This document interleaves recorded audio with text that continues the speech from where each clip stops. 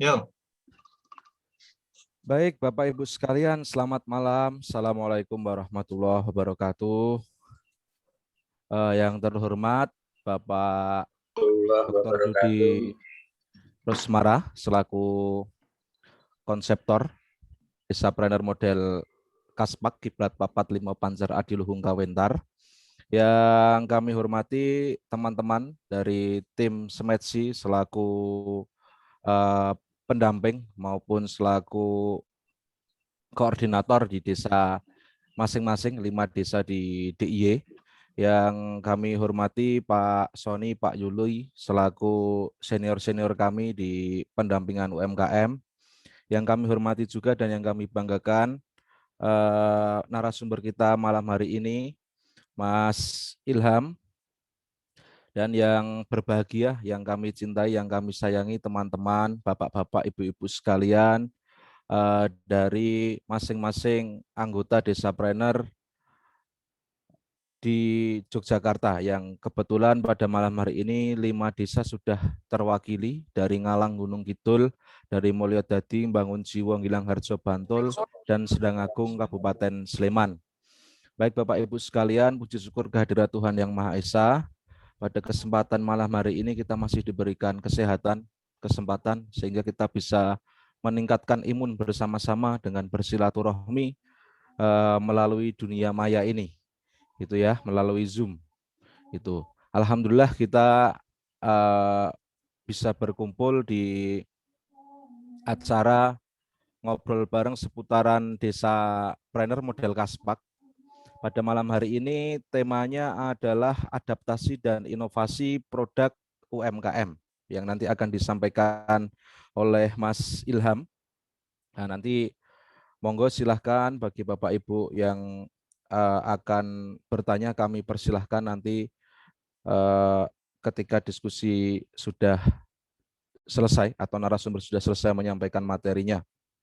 Sebelum acara kita mulai, marilah kita berdoa terlebih dahulu menurut agama dan keyakinan kita masing-masing supaya apa yang kita jalani pada malam hari ini memberikan manfaat untuk kita semuanya dan meningkatkan imun kebahagiaan kita. Berdoa mulai.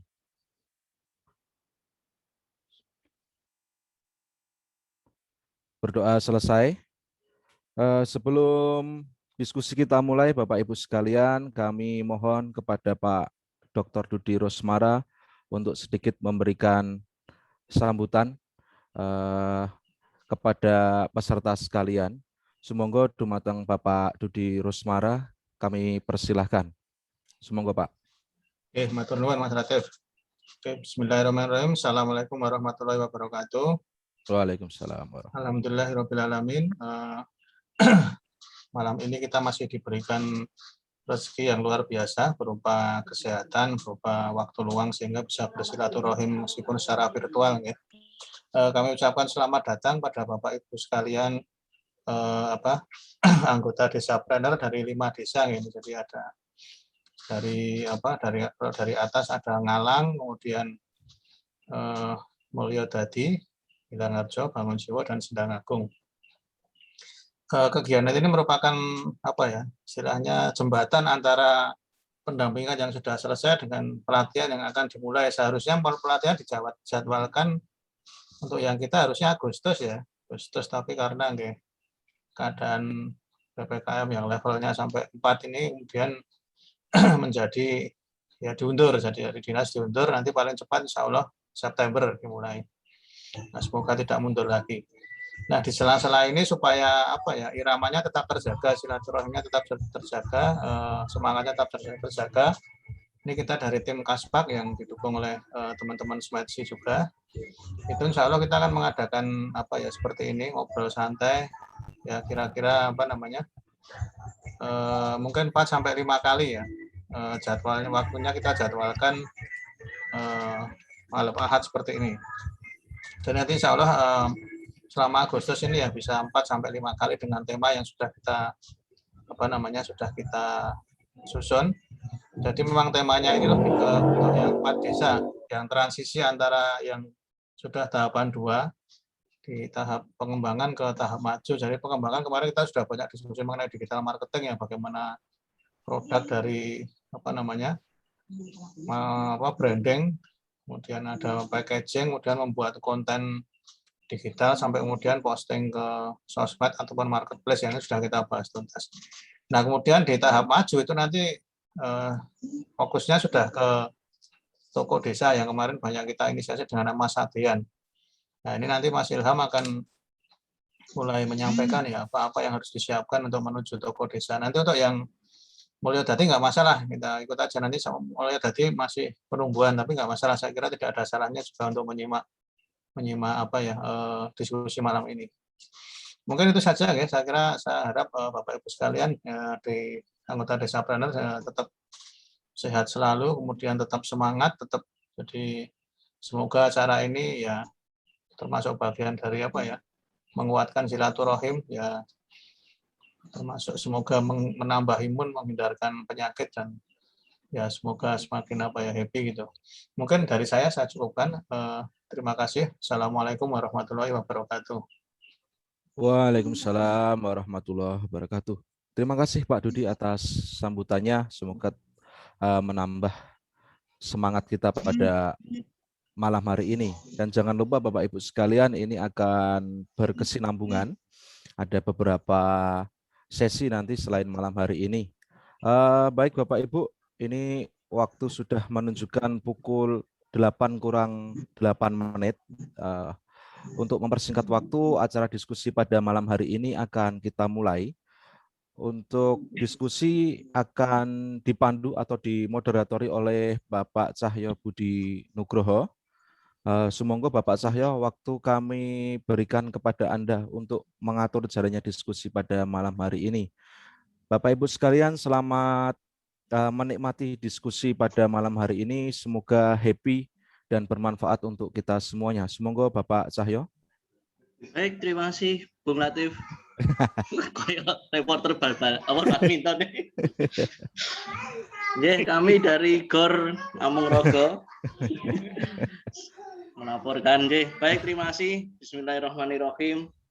Assalamualaikum warahmatullahi wabarakatuh. Selamat malam Bapak-Bapak Ibu sekalian. Waduh, sebentar ada suara guyu Pak Nur. Sugeng dalu Pak Nur, selamat datang. Khas ketawanya jadi sudah bisa menebak. Terima kasih kepada Mas Latif dan sambutannya dari Pak Dudi.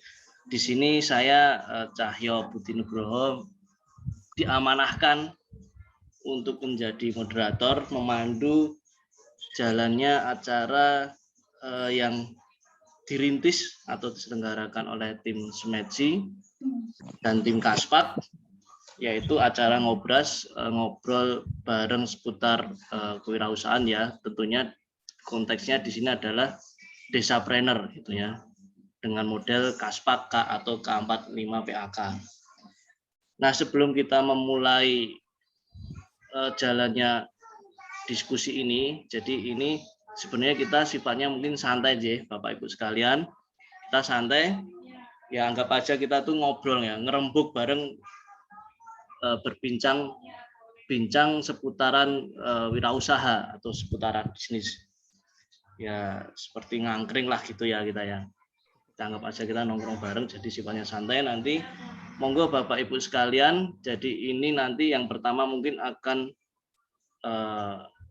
ada paparan yang disampaikan oleh narasumber pada malam hari ini, yaitu Mas Ilham Unggara, Eskom MCS ya Mas.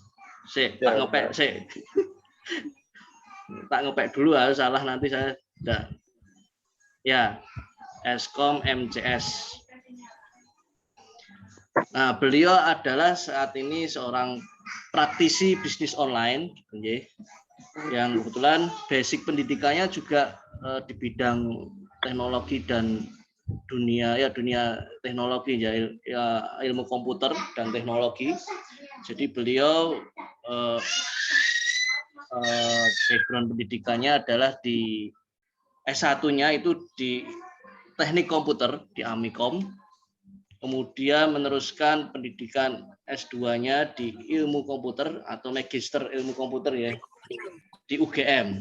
Jadi memang ya kehidupannya selalu diselimuti dengan dunia teknologi ya. Makanya beliau saat ini profesi sehari-hari juga mengerjakan bisnis online dan mungkin banyak pemasukannya itu ada di marketplace Shopee. Itu ya. Nah, Bapak Ibu sekalian, seperti yang sudah disampaikan oleh Pak Dudi tadi, ini adalah acara yang pertama atau sesi yang pertama ya dari sesi ngobras. Kebetulan temanya itu adalah adaptasi dan inovasi produk UMKM. Nah, ini nanti berkaitan dengan rencana untuk pembentukan toko desa, itu bagian dari program Desa Benar Kaspak ya. Nah, nanti akan berkaitan dengan apa yang akan kita diskusikan pada malam hari ini. Nah, ini penting sekali ya Bapak Ibu sekalian mengenai dan menarik sekali tema pada malam hari ini adalah adaptasi dan inovasi produk UMKM, karena tema ini kan dilatar belakangi itu dengan kondisi perubahan dunia bisnis ya, itu yang selalu berubah terus ya, mulai dari perilaku konsumen, kemudian mulai dari pasarnya, kemudian dari produknya gitu ya, sampai ke kebutuhan dan keinginan konsumen pun selalu berubah. Karena juga seiring berjalan dengan perkembangan teknologi. Nah, ini makanya UMKM gitu ya, dunia bisnis dituntut untuk selalu beradaptasi dan berinovasi untuk menyesuaikan dengan kondisi zaman ya, karena itu pasti akan terus berubah gitu ya, yang seperti yang saya sebutkan tadi. Nah, oleh karena itu untuk menyingkat waktu Bapak Ibu sekalian, setelah ini akan ada paparan dari Mas Ilham Unggara, kemudian setelah paparan nanti mungkin ada diskusi. Jadi monggo silahkan Bapak Ibu sekalian, mungkin ada yang mau urun rembuk ataupun bertanya, silahkan. Nanti kita buka sesi tanya jawab. Saya kira itu mungkin saya tidak perlu panjang lebar. Langsung saja selanjutnya akan ada paparan dari Mas Ilham Unggara, Eskom MCS gitu ya. Baik, untuk waktu dan tempat kami persilahkan kepada Mas Ilham Unggara. Terima kasih Mas Cahyo. Bismillahirrahmanirrahim. Assalamualaikum warahmatullahi wabarakatuh. Salam sehat semuanya teman-teman. Salam hormat untuk teman-teman Semetsi. Salam hormat buat teman-teman dari Desa Binaan Kaspak. Semoga semuanya selalu sehat. Dan salam juga untuk Pak Dudi selaku Ketua Tim Kaspak. Nah, di sini saya diamanahkan untuk sedikit sharing terkait adaptasi dan inovasi UMKM. Saya coba paparkan slide saya. Ya. Nah, salah satu poin yang akan saya sampaikan di sini terkait adaptasi, kemudian UMKM 4.0. Kemudian karena saya di bidang teknologi informasi, saya akan menyampaikan sedikit informasi terkait digital, kemudian bagaimana kita melakukan inovasi, terus inovasi di aspek yang mana saja yang harus kita inovasi, gitu. Terus langkahnya seperti apa. Oke. Nah, di sini kita dihadapkan dari perilaku konsumen, kemudian bagaimana kita berkompetisi, kemudian bagaimana kita menangani meminimalisir resiko. Nah, di situ kita perlu adanya adaptasi juga. Nah, UMKM skala mikro ini tuh sebenarnya sangat tangguh ya. Jadi mereka tuh sudah secara nggak langsung sudah terbiasa beradaptasi dengan kondisi-kondisi seperti itu gitu. Misalkan kayak bagaimana melayani konsumen, kemudian bagaimana menanggapi keadaan atau sebuah tren yang akan terjadi gitu.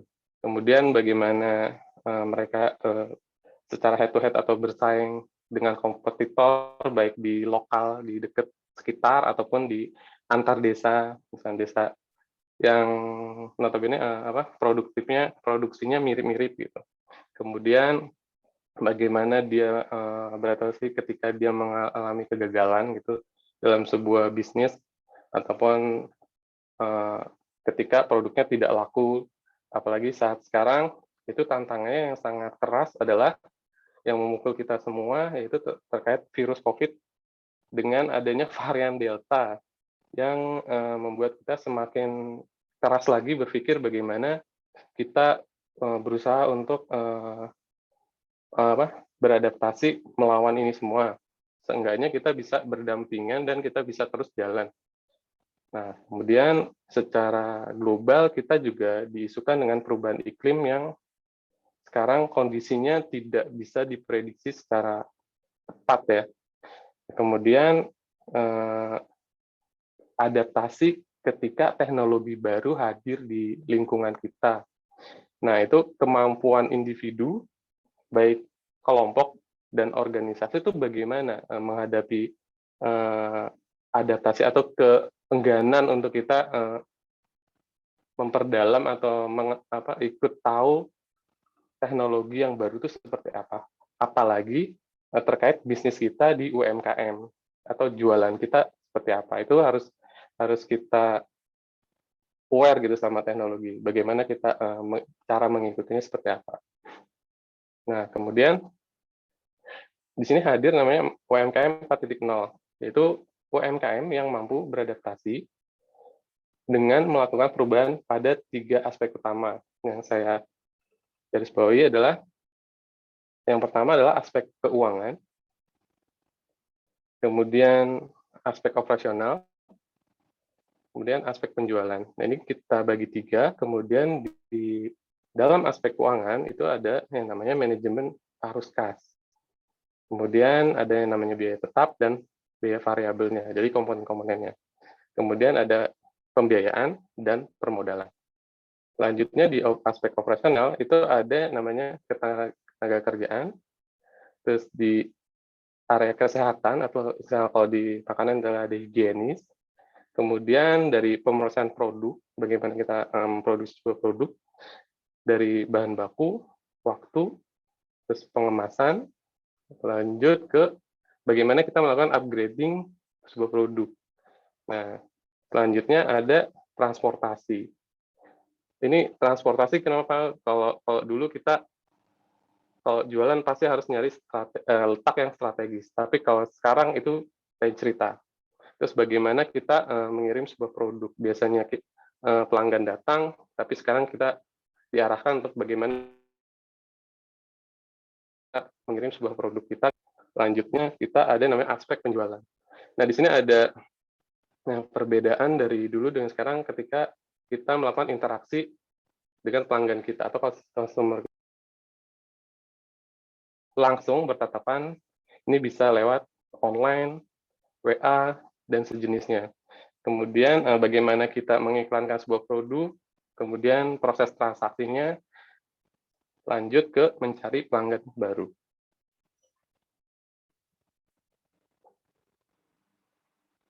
Lanjutnya, kemudian ketika kondisinya seperti ini, inovasi apa yang harus kita lakukan di sebuah usaha kita. Misalkan kalau dari segi inovasinya sendiri adalah kegiatan baru yang diterapkan dalam memperbarui suatu proses untuk menyesuaikan kondisi dengan memanfaatkan pengetahuan. Pengetahuan ini bisa berupa teknologi yang baru ini yang kita pelajari, yang bertujuan meningkatkan kinerja UMKM itu sendiri.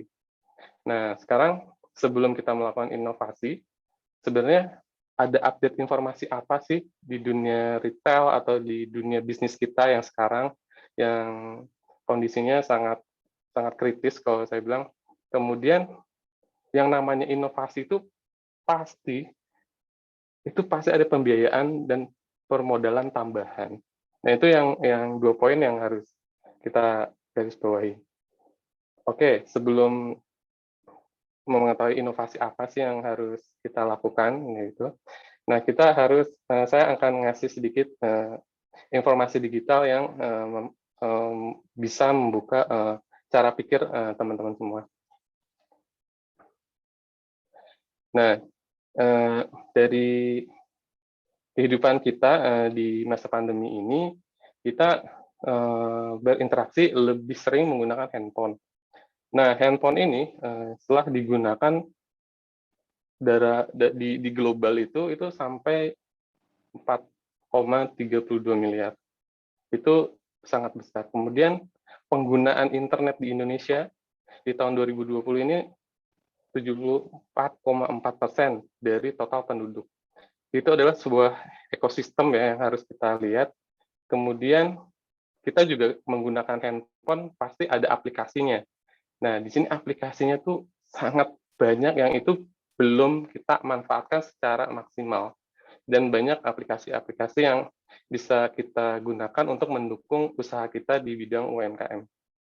Kemudian sosial media ini adalah sebuah negara digital yang begitu besar yang kita juga aware dan sering melakukan interaksi menggunakan sosmed dengan jumlah yang cukup fantastis, yaitu 4,2 miliar orang. Nah, sosmed apa sih yang populer? Gitu. Yang populer di sini adalah Facebook, WhatsApp, Instagram, dan TikTok. Nah, kebanyakan teman-teman menggunakan sosial media ini 10-19 jam per bulan.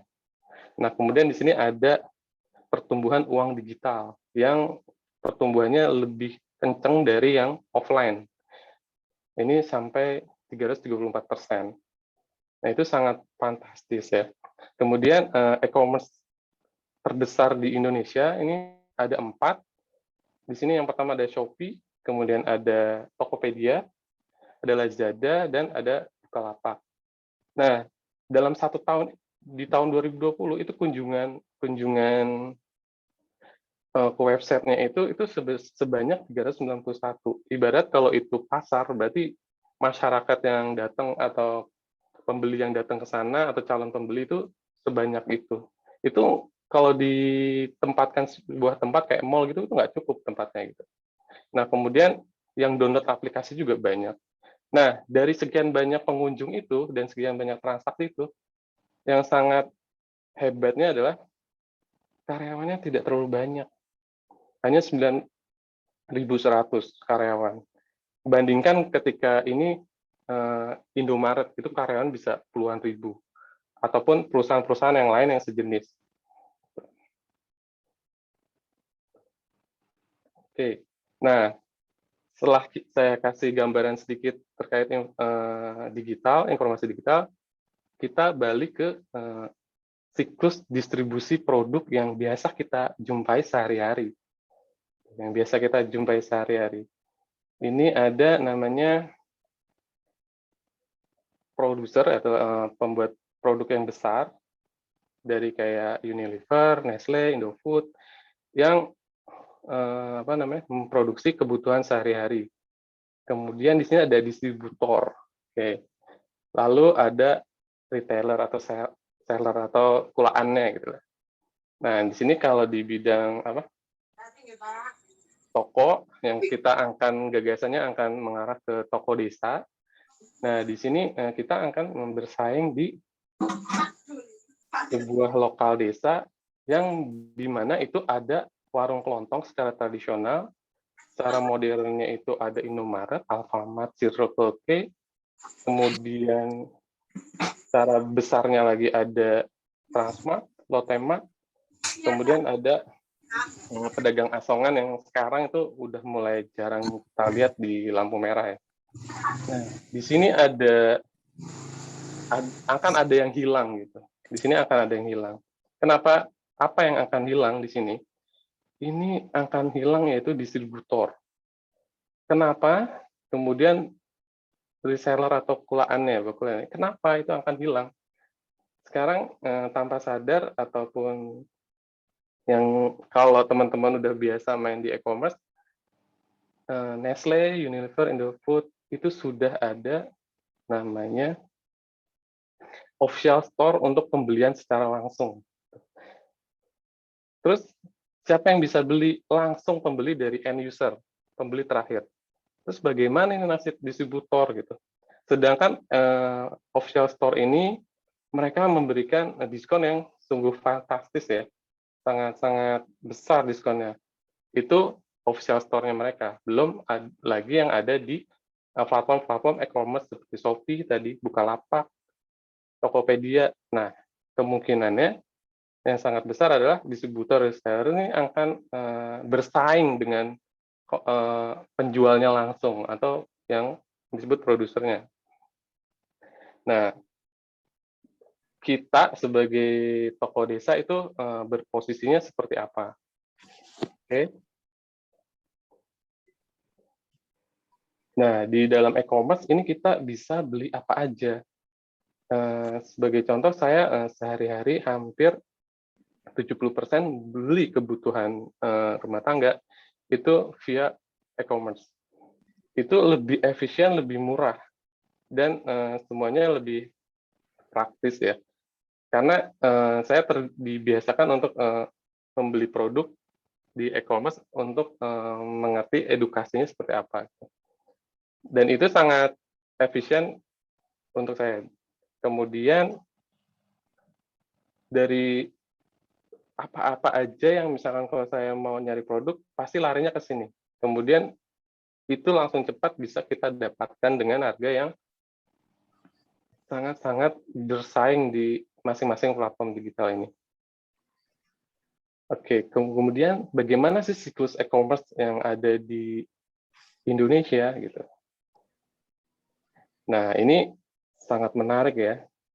Jadi siklus-siklus ini adalah dari marketplace, kemudian ini ada yang namanya official store, kemudian ini adalah perusahaan-perusahaan yang membuat e-commerce, lanjut ke social e-commerce. Jadi sosial media sekarang juga dia melakukan transaksi penjualan dari produk-produk baik UMKM maupun produser-produser besar yang menjajakan produk-produk gitu, yang itu adalah kebutuhan sehari-hari.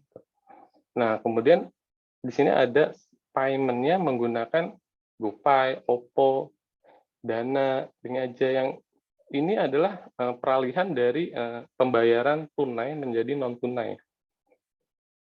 Kemudian di sini juga ada yang namanya pinjaman secara lunak melalui via digital yang pinjamannya itu sangat mudah dan dimanjakan sekali. Kemudian dari situ ada yang namanya logistik, ada distribusinya bisa menggunakan JNE, di sini ada GoSend, ada Listrik, dan itu yang secara nggak langsung ada di lingkungan kita dan terjadi di luar rumah kita di saat pandemi ketika kita ada di rumah gitu.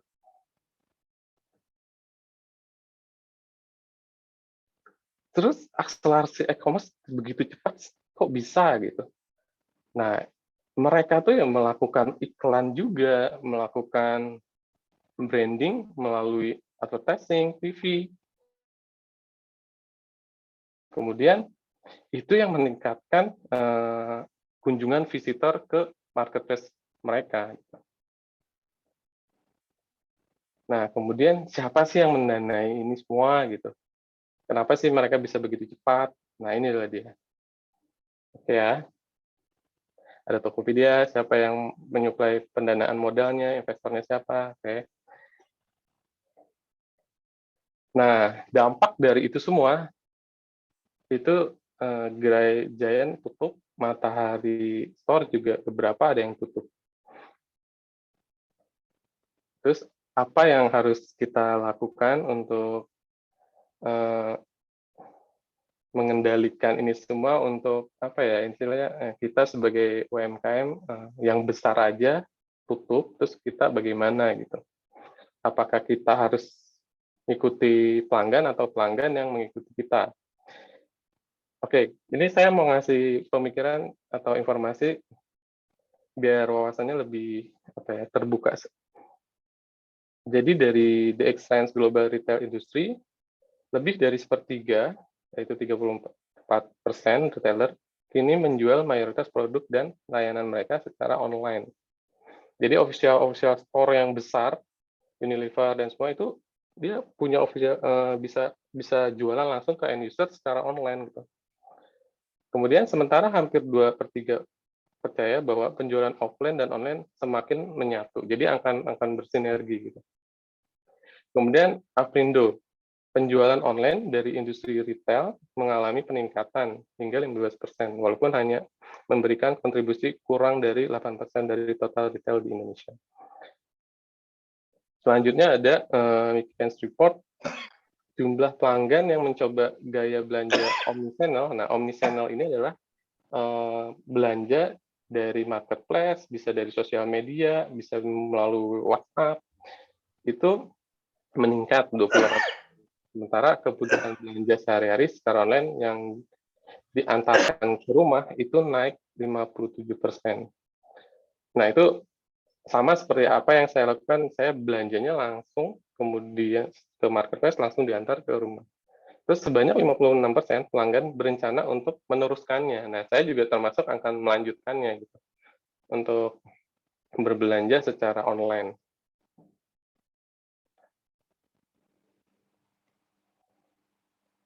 Nah, di saat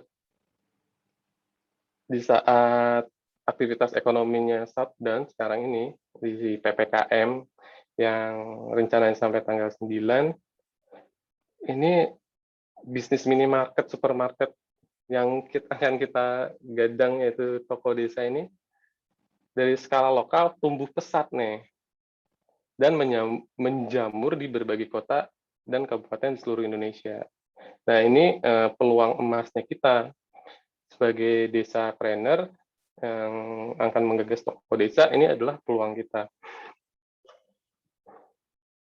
Nah, secara parameternya itu Alfamart yang sudah dari tahun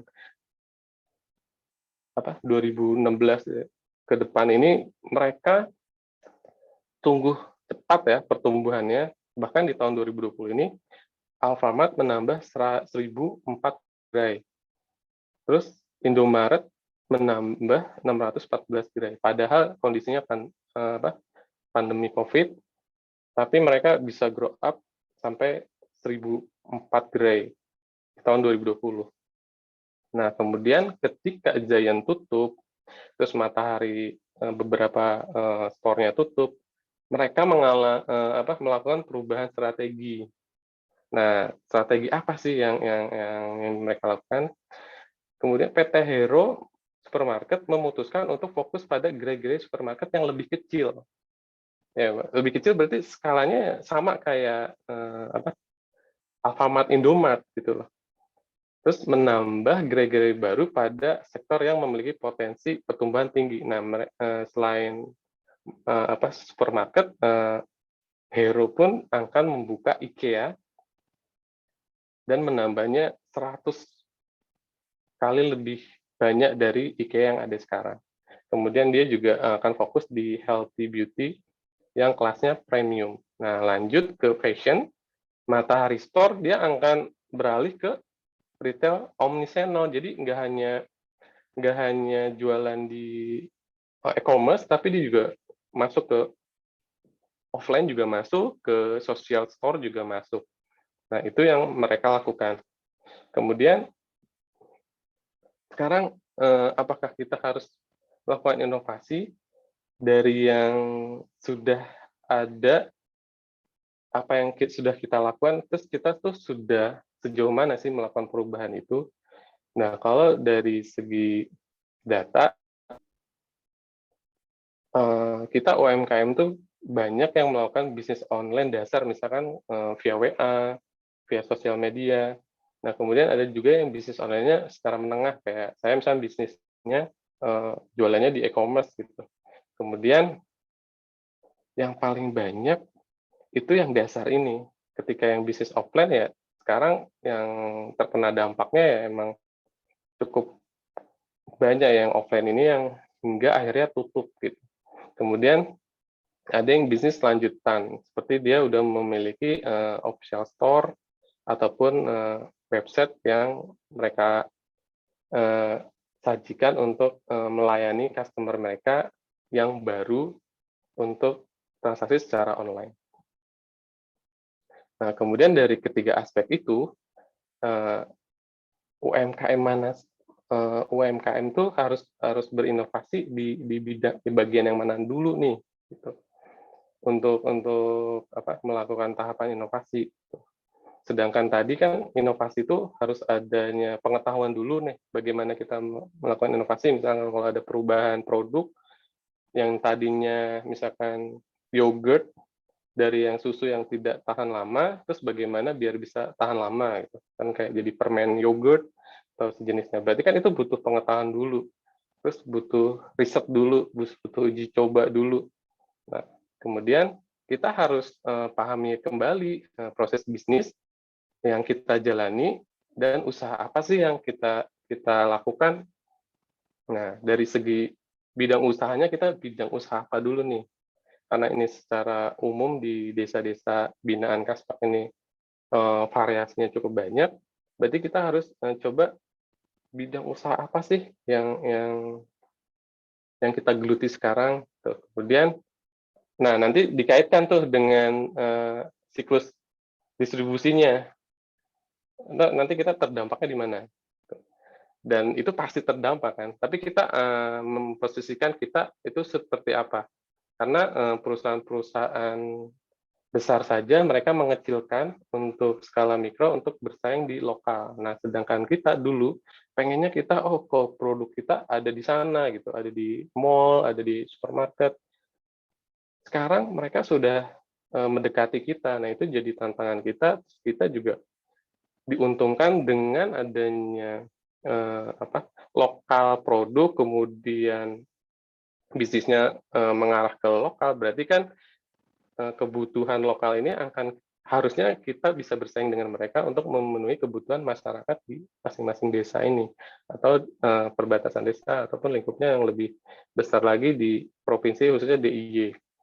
Nah, kemudian bagaimana sih kita melakukan menilai produk kita itu seperti apa? Kita coba gali lagi, kemudian bagaimana kita melakukan pencatatan keuangan, apakah masih manual, apakah sudah coba menggunakan aplikasi misalkan Excel ataupun aplikasi yang ada di handphone. Kemudian produksi kita tuh seperti apa sih gitu. Nah, itu harus kita cermati kembali. Kemudian untuk dunia sekarang yang trennya kesehatan yang lebih diutamakan, ada nggak sih sertifikasi untuk mendukung produk kita gitu? Dari uji lab, standarisasi halal, ataupun BPOM, itu ada nggak gitu? Kita ikut juga ke mereka nggak gitu? Misalkan kalau dari catatan keuangan, misalkan kalau catatan keuangan kita rapih, kita juga bisa mengajukan pemodalan ke pemerintah, misalkan izin SKU-nya seperti apa, NIB seperti apa. Nah, ketika hal-hal yang seperti itu belum dilakukan, maka ya kita harus bermulai dari situ dulu gitu loh, sebelum melakukan inovasi yang lebih jauh lagi. Kemudian seperti apa, pemasaran. Nah, ini harus dipahami dulu dari 15 poin ini. Nah, sekarang saya coba berinovasi atau melakukan digitalisasi di aspek keuangan. Misal aspek keuangan itu manajemen arus, kas, terus biaya tetap dan variabel. Nah, di Smartsy ini ada namanya aplikasi keuangan UMKM yang baru saja jadi, yang akan kita cobakan ke teman-teman UMKM untuk memudahkan pencatatan transaksi. Tapi di aplikasi yang ada di internet pun ada, terus BI pun melakukan itu, membuat apik, yaitu aplikasi yang memudahkan teman-teman untuk mencatatkan transaksi. Nah, dari sini kita tuh kalau sudah bisa mencatat dokumen keuangan dengan baik, maka akses pembiayaan modal tuh akan mudah gitu loh. Karena kan inovasi butuh pembiayaan modal kan. Nah, kita harus atau sudah atau belum membuat SKU, kemudian membuat NIB, dan membuat syarat-syarat lain untuk melengkapi atau meningkatkan kualitas dari UMKM itu sendiri gitu. Nah, di sini di internet juga banyak aplikasi-aplikasi untuk pencatatan keuangan, kemudian di aplikasi handphone pun banyak, di Play Store, App Store ini banyak juga aplikasi yang bisa teman-teman coba. Nah, kemudian kalau inovasi di aspek operasional, misalkan ketenaga kerjaan. Nah, ketika manusia dihadapkan dengan kita untuk memenuhi skala ekonomi produksi, maka akhirnya butuh mesin. Nah, ketika ekonominya lesu seperti ini, kemudian sifatnya UMKM itu adalah kemasyarakatan dan sosialnya lebih tinggi, itu akan dibenturkan dengan teknologi yang seperti itu gitu. Nah, kalau teman-teman sendiri, apakah sudah melakukan split atau melihat sebagai kinerja membuat produksi itu, apakah sudah efektif, efisien atau belum? Nah, itu harus dianalisis kembali di masing-masing unit bisnis teman-teman di desa. Kemudian bagaimana kita melakukan upgrading produk. Nah, ini pengalaman saya di pendampingan UMKM dari bentuk inovasi produk ya. Nah, di sini yang baru-baru ini adalah tanaman bajakah yang akan coba kita inovasi terkait yang inilah produk bajakahnya yang awal. Nah, kita akan bersaing dengan bajakah yang ada di e-commerce, bentuknya sama persis. Nah, kita akan merubah dengan menggunakan skema ketika bajakah ini harganya mahal, maka edukasinya untuk mencoba itu akan lebih lambat gitu. Maka kita akan mengemas ini lebih kecil seperti wedang uwuh yang ada di Jogja. Kemudian kemasannya kita lebih modernkan. Itu yang akan kita coba. Kemudian didukung oleh uji lab serta sertifikasi halal yang akan mendukung meningkatkan brandnya si bajakah itu sendiri. Kemudian ini adalah pendampingan tiwul lokal dari Parangtritis yang sebelumnya di branding seperti ini dengan nama tiwul, nama pemiliknya sendiri, tapi akhirnya saya coba ganti menggunakan nama tiwul yang lebih ke lokal daerah, itu tiwul Paris. Kemudian dikemas dengan cukup sederhana, tapi akhirnya mereka terkesan dengan higienis dan ini ternyata lokal banget. Nah, selanjutnya adalah keripik Garut. Keripik Garut ini adalah ketika saya mendampingi teman-teman yang di Kulon Progo, kemudian saya coba tes beli produk UMKM-nya di Tomira atau di Alfamart-nya sana. Ini produk-produk UMKM itu tidak bisa diakses dengan uang digital. Ketika saya bayar menggunakan Isaku, mereka tidak bisa menerima, padahal mereka kalau beli produk lain itu bisa menggunakan Isaku. Nah, di sini ada kesenjangan dari bentuk pembayaran. Dan keripik Garut ini saya langsung bersaing dengan produknya mereka karena di gerai-gerainya makanan ringan, mungkin yang teman-teman di desa binaan Kaspak ini banyak yang mengolah keripik. Keripik ini kalau jajanan kita jajan itu kalau di retail supermarket Indomaret Alfamart itu jarang yang harganya di atas 10.000 gitu. Nah, kita sajikan dengan harga yang lebih terjangkau, itu harga 5.000 untuk bisa mengasih edukasi bagaimana sih rasanya, dan untuk ketika dia buang uang 5.000 tuh tidak ragu gitu. Ketika dia dapat mencoba produk lokal gitu. Karena ketika kita jual di atas itu, ketika ingin membeli pun agak enggak, ini kalau rasanya nggak pas di kita akan sayang kebuang. Akhirnya kita downgrade dari segi size, kemudian kita perbaiki dari segi packaging. Nah, lanjutnya lagi ini ada harum manis yang biasanya kita jajakan di pasaran, ini harganya sudah 10.000, 10.100. Nah, kemudian dari segi kesehatan itu kurang baik ya. Akhirnya saya konsep meminimalisir, menurunkan size-nya kembali, kemudian harganya kita turunkan supaya mereka juga ketika makan harum manis ini tidak terlalu banyak. Kemudian itu kita kembalikan ke rasa yang original. Nah, lanjut lagi di sini saya juga di awal-awal pandemi waktu tahun 2020 kita membuat masker yang maskernya kita coba bedakan dari yang lagi ngetrennya scuba, kita main yang di airloop yang ada zipnya, yang sekarang lagi ngetren pakai cantolan seperti itu. Dan alhamdulillah omsetnya lumayan. Nah, yang menarik adalah amplop ini. Di saat era digital ini, uang biasanya transfer aja, tapi ada budaya di Indonesia untuk melakukan atau memberi hadiah itu dalam bentuk uang di saat momen Lebaran. Nah, ketika belum pandemi ini, saya sebagai reseller dan teman saya sebagai ownernya, saya aja bisa omsetnya 20 juta pada waktu itu.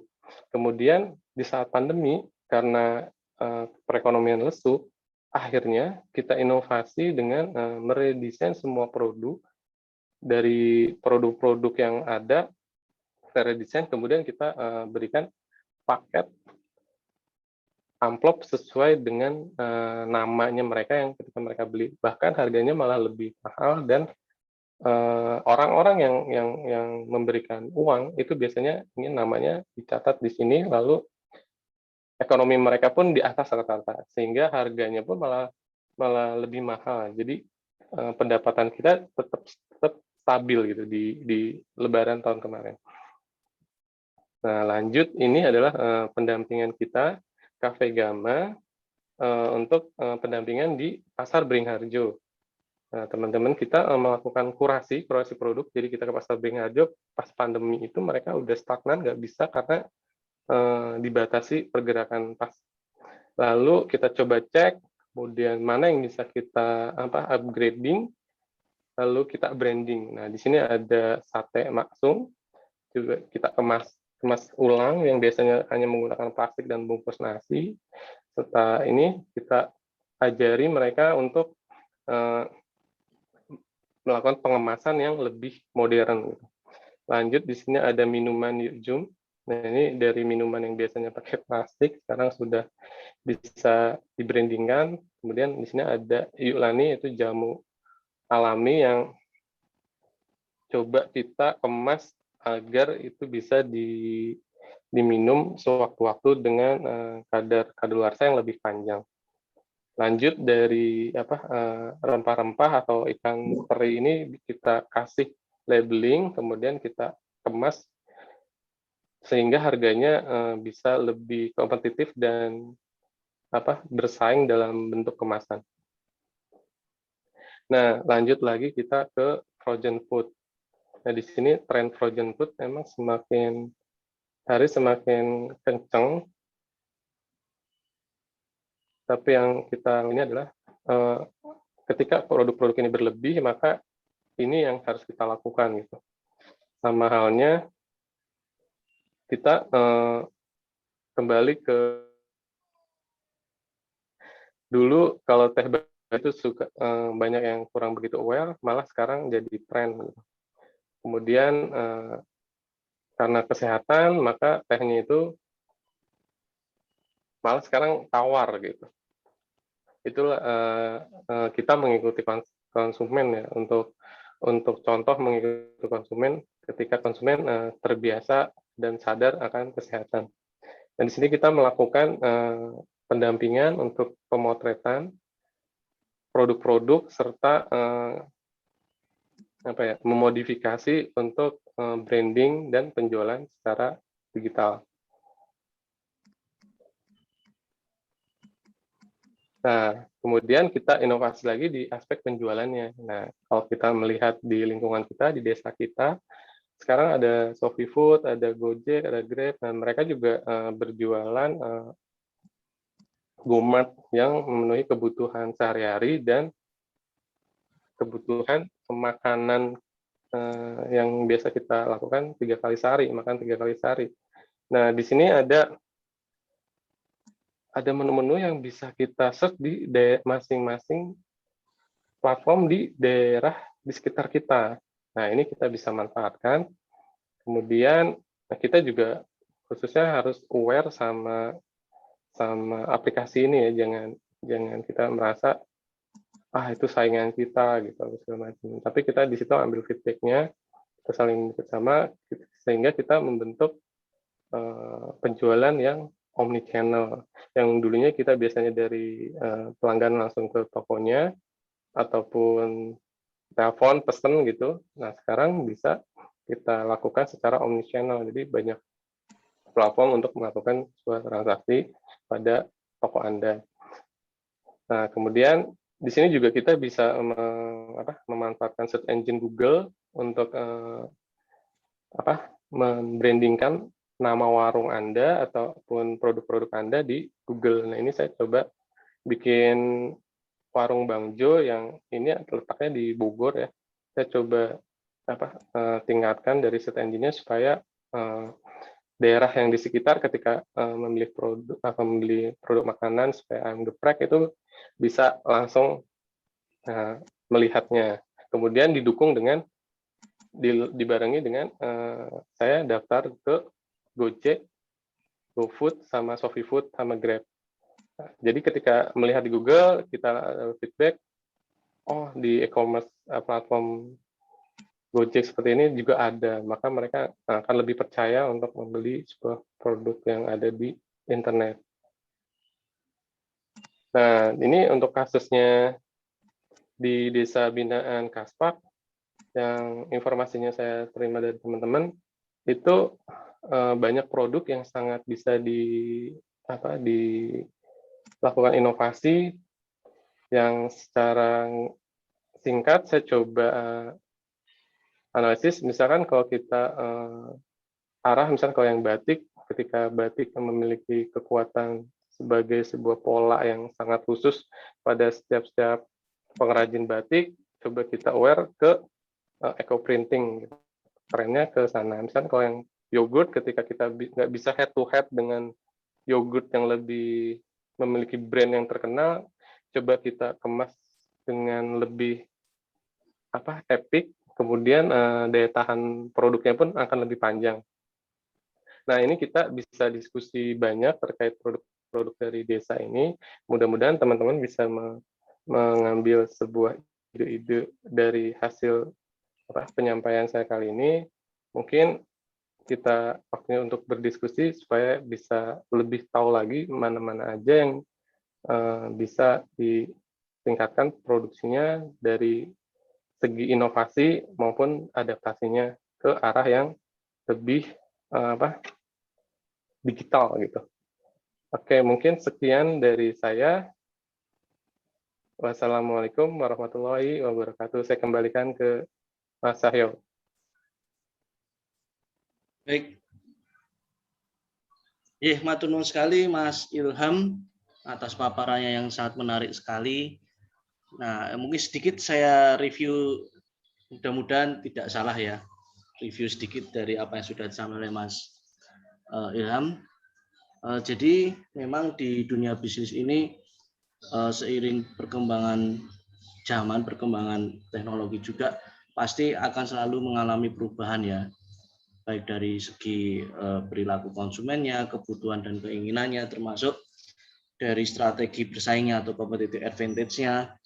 Pasti tentunya semua itu tidak lepas dari teknologi. Nah, ini yang menjadi, apalagi sekarang ya, ditambahi sekarang terjadi pandemi COVID sehingga memaksa kita untuk tidak mengurangi interaksi manusia ya, sehingga mau nggak mau penggunaan teknologi ini menjadi sebuah tuntutan ya dan tantangan di dunia bisnis. Nah, oleh karena itu ini yang menjadi tantangan UMKM. Nah, jawabannya adalah adaptasi ya. Kalau tidak salah saya tangkap dari paparannya Mas Ilham. Nah, adaptasi ini menurut Mas Ilham tadi ada menjadi jawaban.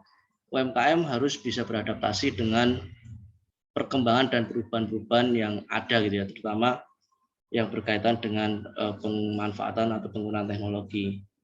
Nah, tentunya dalam beradaptasi dengan perkembangan zaman pun juga harus diiringi dengan inovasi, karena inovasi ini juga penting. Ini menjadi sebuah tuntutan di dunia UMKM. Bagaimana sih strategi inovasi supaya produk kita itu bisa diterima dan bisa dibeli ya. Nah, bukan hanya diterima, dibeli, dan bahkan sampai produk kita bisa dikonsumsi sehingga konsumen itu puas. Itu kan yang menjadi orientasi pemasaran ya, salah satu orientasi pemasaran. Nah, inovasi yang dipaparkan oleh Mas Ilham tadi seharusnya ya idealnya dari semua aspek fungsi manajemen, dari mulai keuangan, penjualan, operasional gitu ya. Nah, sampai itu semua ya. Nah, oleh karena itu juga perlu juga dipertimbangkan dari karakteristik produknya, siklus distribusinya, dan proses bisnisnya. Ini semua menuntut strategi inovasi sehingga harapannya adalah nanti produk kita sekali lagi bisa diterima oleh konsumen dan bisa dikonsumsi oleh konsumen sehingga konsumen itu puas. Nah, itu mungkin mudah-mudahan tidak salah ya sedikit dari review apa yang sudah dipaparkan oleh Mas Ilham. Baik, untuk selanjutnya ini kita buka diskusi gitu ya. Ini monggo silahkan Bapak Ibu sekalian yang hadir dan yang join di forum ngobras virtual ini atau talkshow virtual ini, monggo silahkan kalau mau bertanya boleh langsung bersuara gitu ya. Jangan lupa di-unmute dulu atau mungkin silahkan melalui tulisan chat boleh silahkan. Ini sambil menunggu ada yang bersuara, ini kebetulan ada beberapa chat pertanyaan Mas Ilham, monggo nanti silahkan dijawab. Yang pertama ada dari sebentar. Nah, Pak Jos Handani nih. Nah, ini salah satu peserta Desapreneur yang ada di sekaligus ketua kelompok Desapreneur Bangun Jiwa yang bisnisnya ini adalah itu Mas, yang Pak Jos ini bisnisnya kaldu tempe dan tempe burger saat ini, dan sabun ramah lingkungan ya, jadi sabun berbahan Nah, ini pertanyaan adalah untuk pencatatan keuangan, apakah ada rekomendasi platform aplikasi yang banyak diiklankan itu dan kenapa rekomendasi yang itu? Nuwun. Terus kemudian tadi dijelaskan Mas Ilham tentang aplikasi API. Nah, terus API itu ya gitu. Nah, ini bisa dijawab dulu oleh, saya kira ini ya Mas, satu pertanyaan satu dijawab dulu langsung ya. Ya, fokus ke pertanyaan gitu ya. Monggo silakan Mas Ilham. Ya, Bapak Jos Handani. Pak Jos, ye. Pak Jos ya. Mantap, Pak. Jadi memang klaim ini adalah dari segi pencatatan. Nah, di sini saya ngasih contoh ada dua aplikasi. Yang pertama Apik itu dari BI. Yang BI memberikan aplikasi itu secara gratis yang bisa di Play Store. Cuma kalau di handphonenya iPhone itu belum ada. Nah, itu juga bisa jadi rekomendasi karena BI merupakan salah satu pendonor yang cukup eksis ya. Ketika kita mengajukan pendanaan biasanya itu akan lebih mudah ketika ternyata sudah ada aplikasinya. Tapi di luar itu ada lagi aplikasi yang kita create khususnya emang buat teman-teman UMKM yang platformnya akan kita launching, yaitu aplikasi yang Smartsy punya gitu, yang coba nanti mudah-mudahan teman-teman bisa pakai secara gratis. Nanti itu akan menjadi panduan Bapak Ibu di desa toko-toko Desapreneur ini sebagai acuan. Jadi ketika teman-teman melakukan pencatatan secara digital, itu juga akan memudahkan dari segi manajemen keuangannya, kemudian manajemen perencanaan ke depannya seperti apa, lalu akses menuju perbankan terkait pemodalan itu akan lebih mudah. Nah, nanti dari aplikasi itu, misalnya kalau teman-teman ingin menggunakan aplikasi dari Smartsy, keuntungannya adalah nanti kita dampingi untuk mengisi atau mempelajari cara input keuangan terkait bisnis tadi apa namanya bisnisnya tadi apa Kaldu sabun tempe, tempe sabun tahu burger, sabun. ya sabun itu Mas, sabun. Nanti bisa Berjalan. bisa dibantu oleh teman-teman Smeti untuk aplikasinya itu. Nah, Gitu, ini Mas, Mas. mungkin saya sedikit ini Mas apa namanya menambah pertanyaan. Jadi mungkin sekarang banyak ya Mas aplikasi itu, banyak sekali pilihan aplikasi ya di Play Store gitu ya. Nah, bahkan kita mungkin sebagai orang awam tuh kadang-kadang belum bisa membedakan mana yang memang aplikasi memang yang secara sekuritasnya itu aman gitu ya, ataupun yang abal-abal gitu loh. Nah, ini mungkin perlu juga menjadi wawasan ya, menambah wawasan, karena apalagi untuk aplikasi pencatatan keuangan ya Mas, artinya kan itu data-data kita semua kan nanti akan masuk ke situ, apalagi berkaitan dengan transaksi keuangan. Nah, ini tentunya pasti kita sedikit khawatir ketika kita salah pilih, nanti data kita mengenai keuangan itu akan ya jadi terketahui lah oleh orang lain gitu. Nah, ini apa tipsnya ini Mas? Ya, untuk menggunakan aplikasi di Play Store yang begitu banyak. Nah, yang paling mudah adalah untuk Bapak Ibu semua.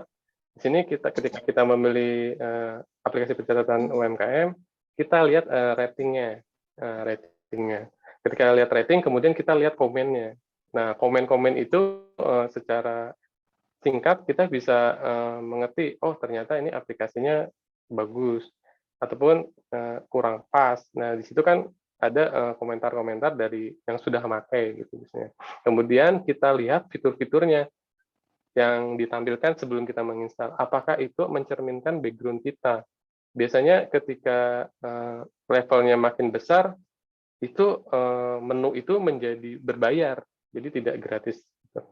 Nah, itu yang harus dilihat dulu sebelum menginstal. Kemudian terkait data, nah, ketika data dimasukkan, emang itu menjadi tukeran gitu, ketika.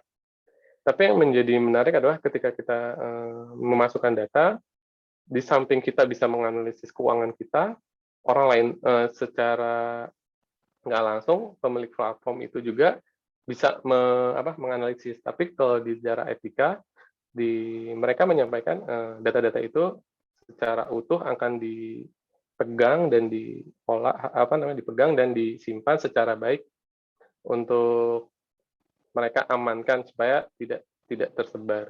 Ya itu, Mas. Oke Mas, mungkin itu ya wawasan tambahan untuk mengenai. Itu ada tambahan pertanyaan dari Pak Jos itu. Oh ini apa aplikasi Smetsy bisa sekaligus buat transaksi print yang pakai printer kasir thermal Bluetooth? Oh ya, untuk sampai saat ini belum. Jadi kita masih melakukan pencatatan karena kita akan mendampingi beberapa UMKM yang background-nya kan kita beda-beda. Nah, jadi nanti catatan akuntansinya biar bisa disesuaikan lebih dahulu, kemudian nanti disinkronkan. Mungkin ke depannya bisa sampai sejauh cetak print Bluetooth gitu. Karena cetak print Bluetooth ini adalah ketika hasil report jurnalnya sudah ketahuan, konsepnya masing-masing UMKM karena berbeda-beda. Nah, ketika dicetak nanti akan sesuai dengan background UMKM yang Pak Jos punya gitu. Seperti itu.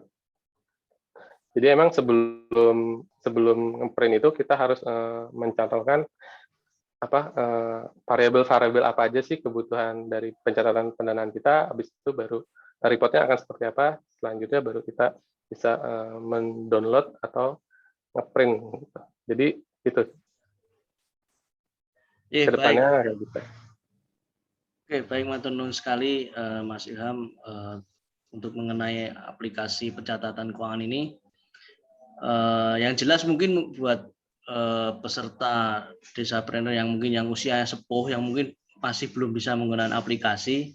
Kemarin sih pas ketika pendampingan materi keuangan ya sudah di-share oleh Pak Dudi juga, kebetulan yang mendampingi mengenai materi keuangan itu adalah Pak Dudi. Yang penting adalah pencatatan itu kuncinya adalah disiplin mencatat gitu ya. Misalnya secara manual ataupun mungkin masih menggunakan Excel, Microsoft Excel itu ya. Nah, tapi yang penting disiplin ketika uang masuk dan uang keluar itu dicatat supaya kita tahu untungnya berapa, apakah sudah memenuhi target omset ataupun malah justru masih rugi. Nah, itu yang penting. Baik, ini ada pertanyaan selanjutnya melalui chat dari Bu Dwi Juwati. Kalau mau menciptakan produk, apakah perlu assignment dulu? Dan jika kita buat packing dengan brand, jika ingin cetak harus cetak banyak padahal harganya mahal. Kita baru buka usaha, kita belum ada pemasukan yang cukup. Bagaimana mengatasi hal itu? Usaha kita kan baru, apakah kita mampu ikut ke marketplace? Karena kita lihat di marketplace produknya sangat bagus-bagus. Apakah kita mampu bersaing? Nah, ini ya. Ini tadi yang sudah dijelaskan oleh Mas Ilham ya, sudah dipaparkan contoh-contoh kasusnya yang sudah didampingi Mas Ilham ataupun yang sudah dijalankan Mas Ilham sendiri bisnisnya. Monggo Mas Ilham bisa dijawab. Ya, dari Mbak Dwi. Oke. Jadi menciptakan produk. Nah, ketika kita menciptakan produk itu pasti ada knowledge-nya, ada pengetahuannya. Nah, sebelum ke sana kita lihat marketnya dulu. Gitu, marketnya apa? Atau kita menjual produk berdasarkan fashion yang kita tahu. Nah, ketika kita udah tahu produknya apa, coba kita cek di sekitar. Secara digital ya. Misal, kita cek di Google produk itu ada nggak di daerah kita gitu. Pertama itu. Kemudian kita cek di ketiga platform yang paling sederhana deh, kayak Gojek, Grab, ShopeeFood. Nah itu cek di daerah kita itu ada nggak. Nah ketika itu ada semua, berarti marketnya ada. Ketika marketnya ada, oke, kemudian kita lanjut lagi ke sosial media, kita cek lagi. Ternyata ada juga, berarti emang marketnya ada. Nah terus lanjut ke tahap berikutnya, bagaimana kita bersaing gitu. Nah, ketika kita mau bersaing, ya kita ketika udah meriset secara digital, secara simpel, kita melihat produk-produknya seperti apa. Nah, ketika melihat produknya seperti apa, ya kita bisa nggak menyamai dulu, gitu.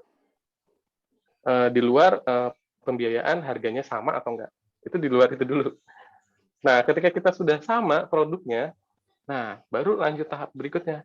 Bagaimana kita memenuhi ekonomi scale-nya itu. Ketika kita jual, kita bisa bersaing dari produknya sama, kemudian sekarang kita bersaing harga. Nah, dari segi harga ini, kita balik lagi ke marketnya. Marketnya berapa luas gitu. Ketika kita bikin sekian 1000 produk, apakah kita masih bisa bersaing? Itu sebelum kita memproduksi ya.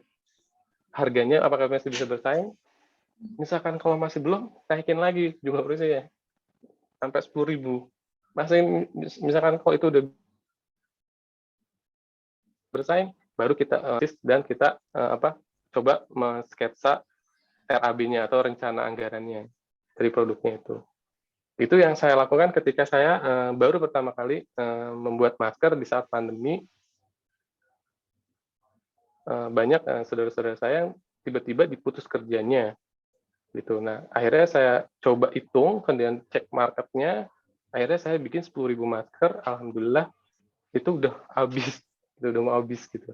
Nah, itu dengan saya bisa bersaing dengan harga yang harga produksinya 3.000, 4.000, terus saya jual di marketplace 20.000.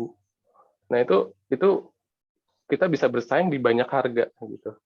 Ya, mungkin itu contohnya dari saya gitu untuk analisis sederhananya. Baik Mas Ilham.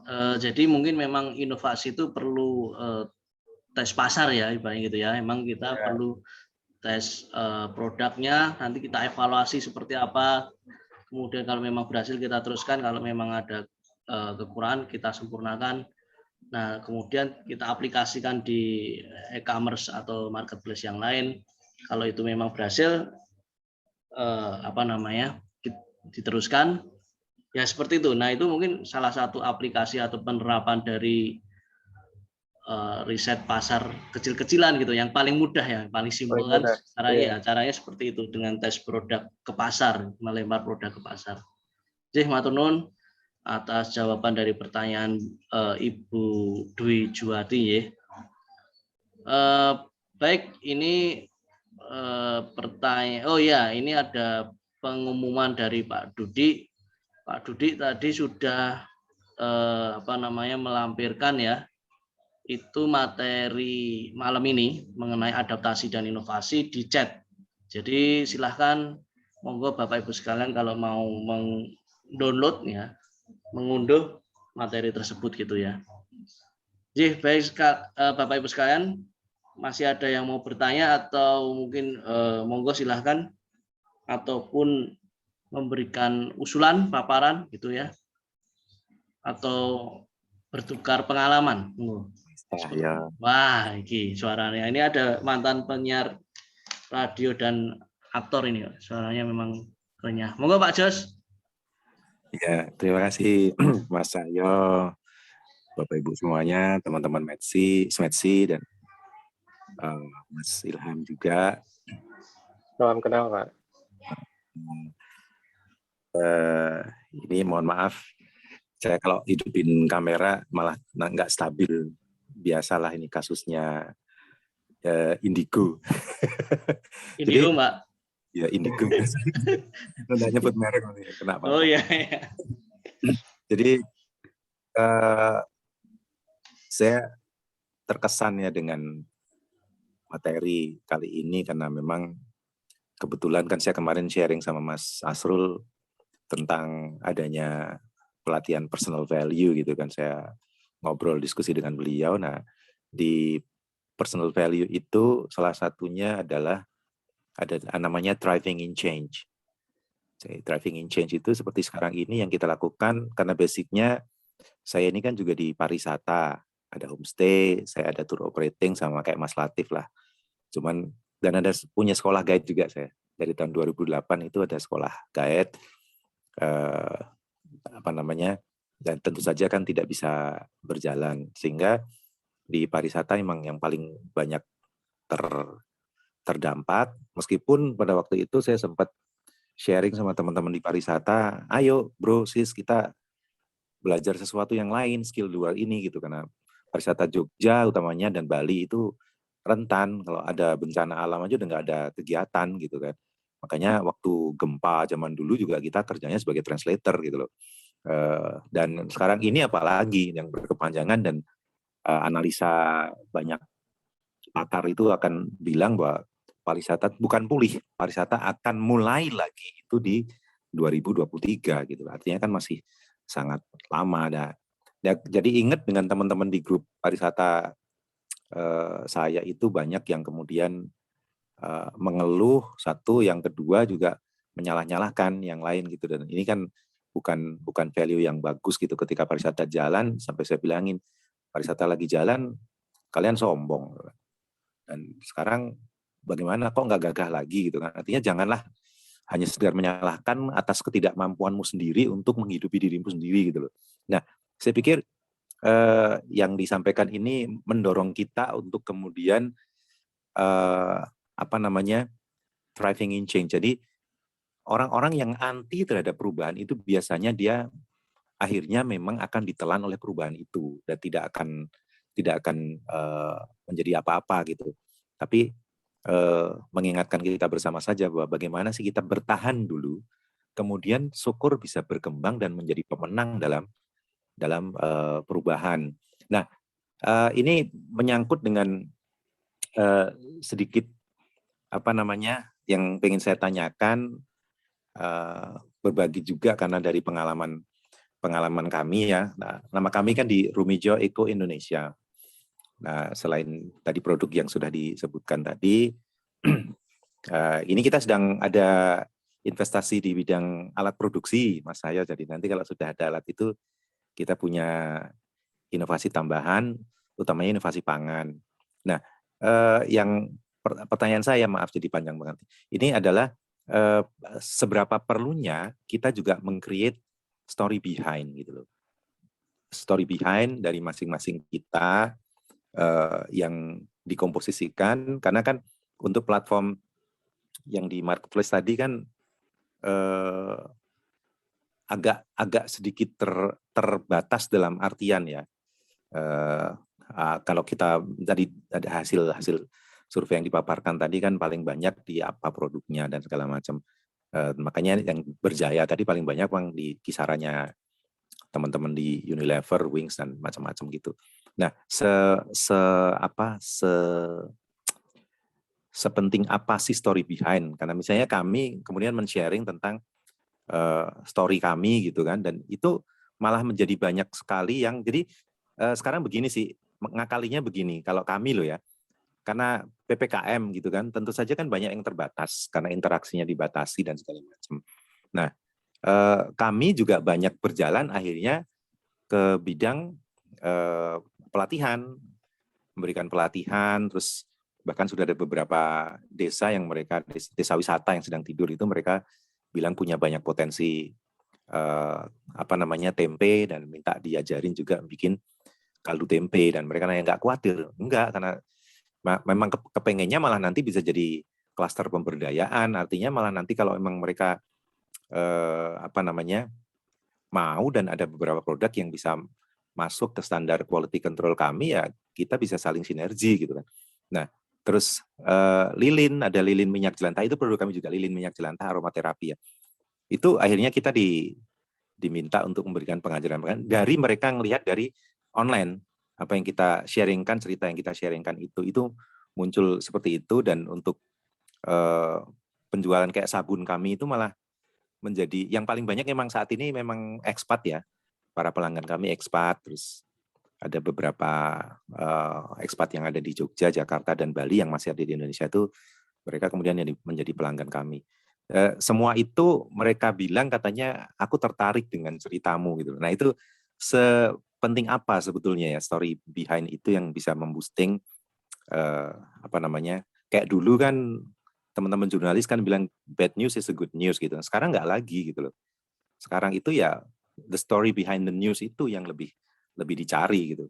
Nah, kira-kira begitu supaya kami bisa jadi ada motivasi juga untuk apa sih aplikasi yang paling sederhana dari kami sendiri yang bisa kami lakukan untuk paling tidak kalau tidak meningkatkan volume penjualan yang sudah ada ini kami, atau paling tidak mempertahankan volume penjualan yang ada. Penurunan pasti iyalah semuanya. Kita bilang matahari yang gede-gede itu pun semakin gede semakin kacau, kecuali yang itu tadi yang berkaitan dengan produk-produk berkaitan dengan permanent culture kan, yang harus kita akses. Selain pangan itu kan ada juga sabun, sampo, pasta gigi.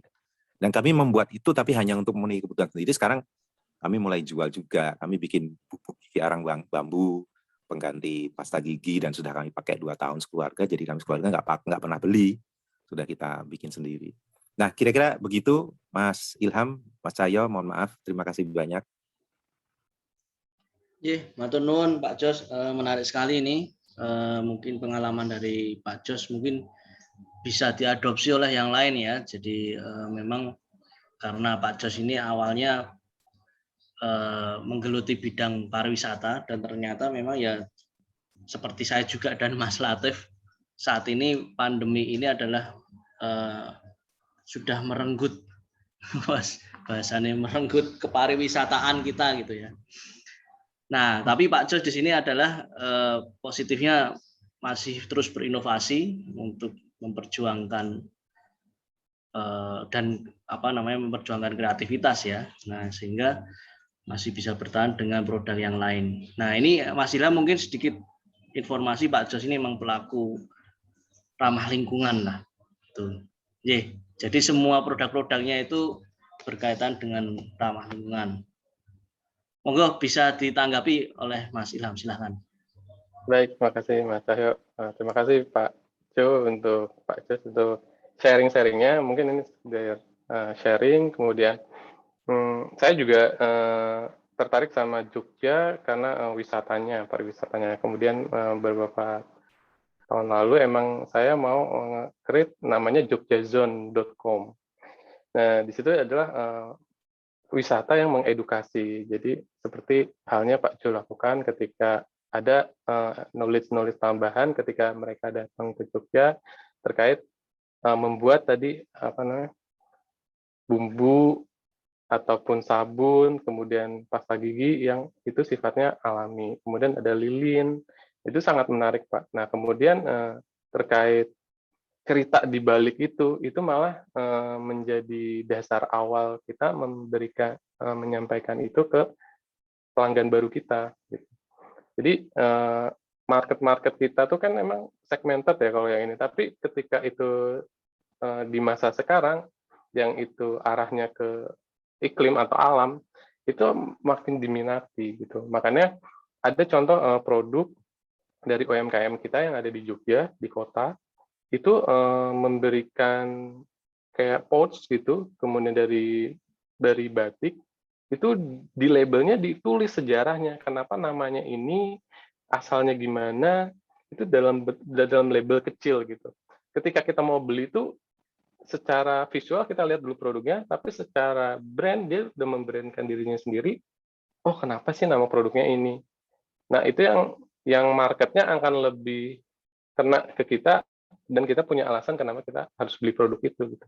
Tanpa harus penjualnya komunikasi lagi itu salesnya atau penjaga tokonya bilang ini produknya ini, tapi mereka sudah bisa baca secara langsung dan kita juga tertarik untuk membeli produknya, dan itu diterapkan di produk-produk yang UMKM yang sudah besar gitu, yang sudah mapan. Nah, mungkin itu ketika di wisata ya, pas saya ke Kalimantan juga rencananya juga wisatanya mau edukasinya ke arah bagaimana kita memberikan informasi atau knowledge tambahan di YouTube channel gitu. Nah, kemudian melakukan kompetisi. Nah, kalau saya melihat dari ceritanya Pak Jos, itu akan lebih bagus lagi selain sejarah. Kemudian Bapak baiknya coba ikut kompetisi deh, biar produknya lebih trending. Kemudian ketika itu ada lesson ataupun kebutuhan dukungan terkait hasil uji lab dan segala macamnya, akan bisa mudah ketika itu sudah ikut kompetisi gitu. Karena itu akan dibantu oleh pemerintah setempat ataupun mungkin lembaga seperti Kaspak atau Smedsi ini bisa bantu untuk meningkatkan value dari produk-produk yang Bapak sudah buat, yang saya rasa itu sangat bagus ya kalau dari lihat ceritanya Pak Jo. Mungkin itu, Mas. Baik, terima kasih Mas Ilham. Mungkin saya sedikit cerita ya, saya jadi teringat ada salah satu mungkin ya UMKM di Kelurahan Sendang Agung itu produknya adalah ya saya kayak home decor ya, atau kerajinan berbahan bonggol jagung gitu ya. Jadi memanfaatkan bonggol jagung yang sampah bonggol jagung sebenarnya dibikin kap lampu dan ya home decor. Mungkin secara penjualan, saya kira untuk penjualan domestik di Indonesia itu sangat minim sekali. Gitu. Tapi justru malah kayanya adalah dari ikut kompetisi. Ikut kompetisi wirausaha atau kompetisi bisnis, itu selalu menang gitu ya. Dan level kompetisinya pun juga tidak udah level yang sudah level atas gitu, yang penyelenggaranya adalah Pertamina, itu selalu menang gitu. Nah, karena memang mungkin pasarnya adalah memang pasar mungkin yang pasar orang luar negeri ya. Pernah katanya dia cerita ikut kompetisi yang salah satu jurinya itu dari Jepang gitu ya. Ketika itu dia salah jawab, tahu kalau bahwa lemnya itu berbahan kimia, itu langsung tidak lolos, tidak menang. Jadi ternyata memang kompetisi bisnis yang memang skalanya internasional itu benar-benar dilihat dari bahannya dan memang sudah berorientasi ramah lingkungan gitu ya. Nah, itu sih. Mungkin sedikit saya cerita aja sih pengalaman dari UMKM yang di Desa Sendang Agung itu yang namanya Mas Indri itu. Jadi mungkin mudah-mudahan bisa menjawab Pak Jos, atau mungkin masih ada yang mau disampaikan dari Pak Jos. Betul, matur nuwun, sudah poin bagus tadi yang saya tangkap tentang kompetisi, karena baru kemarin tuh ada teman yang ngasih link saya, ada beberapa event internasional gitu, produkmu melebu, waduh, ya tapi tadi disampaikan Mas Cahyo seperti itu bisa jadi menjadi marketing leverage ya. Jadi Mas Cahyo, Mas Ilham tadi menyampaikan, jadi bisa menjadi pertimbangan. Oh, jadi sharing sedikit nih Mas, waktu saya dapat pesanan termos lapis bambu yang ke Polandia itu juga gitu Mas. Itu nggak bisa pakai lem yang semuanya harus water based Mas. Kayak misalnya finishing water based gitu. Terus ini cerita lucu juga, teman di Kasongan kan banyak yang eksportir. Tiba-tiba datang ke saya, wah semua aku marah ya di Inggris itu. Kenapa? Itu aku punya sisa-sisa styrofoam itu loh Mas Ilham. Styrofoam tak masukin aja buat pengganjal. Lu kamu gila Pak. Ya jelas nggak masuk lah di sana, kamu dibunyi-bunyiin, ya bilang gitu. Akhirnya ngobrol kita pengganti styrofoam apa gitu, dan akhirnya kita menemukan cara pengganti styrofoam yang artinya bisa disirkulasi. Terima kasih banyak. Sama-sama Pak Jos. Karena memang menurut saya kan memang penilaian kompetisi bisnis yang skalanya udah skala atas kan sepertinya memang sudah mengarah ke ramah lingkungan ya, kalau nggak salah ya Mas Ilham ya. Nah itu memang mungkin ya kategori produknya Pak Jos ini sudah masuk gitu ya. Saya kira udah layak untuk ikut kompetisi. Monggo, terima kasih atas sharing pengalaman dari Pak Jos dan tanggapan Mas Ilham. Mungkin yang lain ini saya lihat atau Pak Dudi, saya kira mau menanggapi ini Pak Dudi. Atau mungkin yang lain ini saya kira banyak dari trainer dan pendamping Smatch ini. Ada senior-senior saya ini. Ada Pak Iskandar, Pak Sony, Pak Irianto, Mas Latif, Bu Syari. Nah ini Bu Syari juga ternyata join juga. Pak Nurkani, monggo silakan kalau mau menanggapi atau bertukar pengalaman, bertukar ilmu, berdiskusi, ataupun pertanyaan, monggo silakan. Yang lain, masih ada? Wah ini kayak Mbak Sari perlu ya. Mas. Pak Sony, siap. Monggo Pak Sony, silakan. Mas Unggara, assalamualaikum. Waalaikumsalam. Selamat ya, bisnisnya melesat. Untuk ini Mas, untuk pendampingan yang sifatnya untuk yang masih lemah, kita bantu pemasarannya. Kemudian untuk aspek legalnya Mas, aspek legal untuk kita mengedarkan itu, apakah juga harus kayak PIRT dan macam-macam itu menjadi syarat mutlak untuk bisa masuk ke dunia yang tadi yang pemasaran pesan online tadi, apakah memang dipersyaratkan mutlak atau memang masih bisa sambil jalan ya? Jangan sampai kalau kita konvensional biasanya kita itu tersandung dulu masalah aspek legalnya. Kalau kita mau bantu pemasaran macam-macam itu aspek legalnya, misalnya perizinannya. Menurut Mas Ilham seperti apa? Misalnya kemarin diceritakan tadi seperti Tiwul di Parangtritis misalnya untuk rebranding, nah kan mestinya izinnya kalaupun sudah ada PRT-nya kan menjadi lain nanti mereknya. Kayak gitu seperti apa mensiasatinya? Monggo Mas Ilham. Monggo langsung aja Mas Ilham bisa ditanggapi. Ya, Pak Sony, salam. Apa kabar nih? Udah lama ketemu. Nah ya, jadi terkait itu kan jauh ke sana itu emang dari test case-nya kita, kalau dari bentuk makanan itu kan kita rasa yang dijual, kemudian kemasannya. Nah itu secara branding ke sana itu beriringan Pak, jadi nggak bisa nunggu halalnya dulu ada, karena kelemahan UMKM itu seperti itu. UMKM itu kelemahannya seperti itu. Makanya tadi saya menyampaikan selagi kita belum punya tapi udah bisa memproduksi suatu produk, itunya harus didukung gitu loh, sambil jalan. Nah, mudah-mudahan dengan adanya Kaspak ini terkait halal dan izin dari dinas itu dipermudah. Makanya dari organisasi ini kita akan mengarahkan terkait halal terus lisensi itu ke dinas akan lebih mudah. Itu sih Pak. Kemudian ketika di marketplace ya nanti itu akan lebih dipercaya lagi. Ini itu Pak. Ada lagi Pak Sony mungkin? saya rasa itu ya yang penting, poin biasanya langkah pertama kita itu di situ. Burung-burung kesandung masalah itu.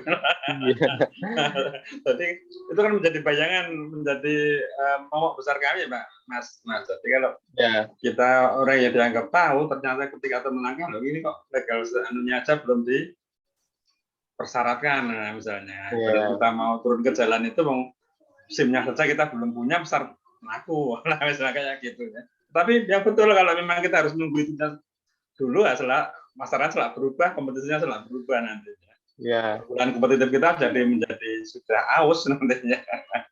Ya, terima kasih Mas Unggara.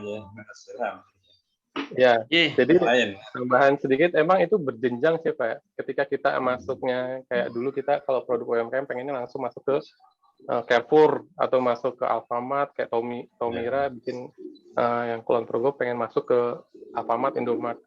Nah, itu yang harus ditekankan emang produknya itu. Tapi karena mereka dikelola oleh dinas, itu dipermudah oleh dinas dalam perizinan dari dinas kesehatan, kemudian halalnya pun dipermudah. Nah, makanya teman-teman harapannya bisa ikut di Kaspak ini untuk meningkatkan value produknya masing-masing di desa yang akan kita gagas ini, Desa Prenat. Oke, siap. Matur nuwun sekali Mas Ilham dan Pak Sony.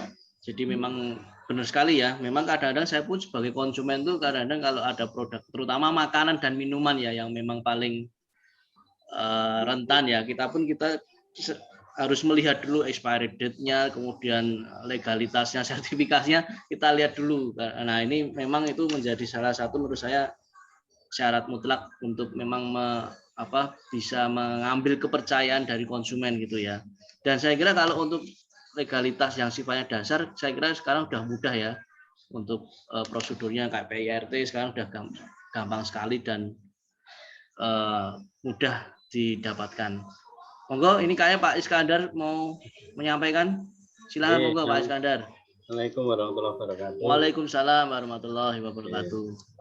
Pertama, terima kasih bisa bergabung dan mohon maaf selama ini nggak bisa mengikuti untuk kegiatan kapak. Jadi sebetulnya sudah lama ya di desa atau di kelurahan itu kan, bahkan untuk tahun ini itu ada dana 1 miliar untuk desa wisata atau apa itu yang dari dana IS ini. Yang perlu rembuk bersama sebetulnya kan, kalau kita bicara potensi masing-masing kelurahan ini sudah punya, cuman memang tadi yang jadi masalah itu kan pemasaran. Nah, pemasaran paling utama itu ya sebetulnya diri sendiri dari kelurahan ini. Dari anggaran APBK atau dulu APBD, sekarang APBK, itu kan hampir 30% untuk makan. Ya, betul Pak. Saya mendampingi Desa Pleret, Pak. Untuk kurang lebih itu. Kebetulan saya dulu BPD di Desa Wedo, jadi misalnya kayak Wedo itu 5 miliar lebih, 20% sudah berapa miliar untuk beli pangan. Misalnya kelurahan masing-masing itu konsisten membeli produk-produknya hasil dari teman-teman yang ada di kelurahan ini akan lebih bagus. Masalah izin kan belum laku iso nanti. Yang jelas kalau sekarang kan kita diharapkan termasuk dana IS itu untuk membeli produk-produk lokal.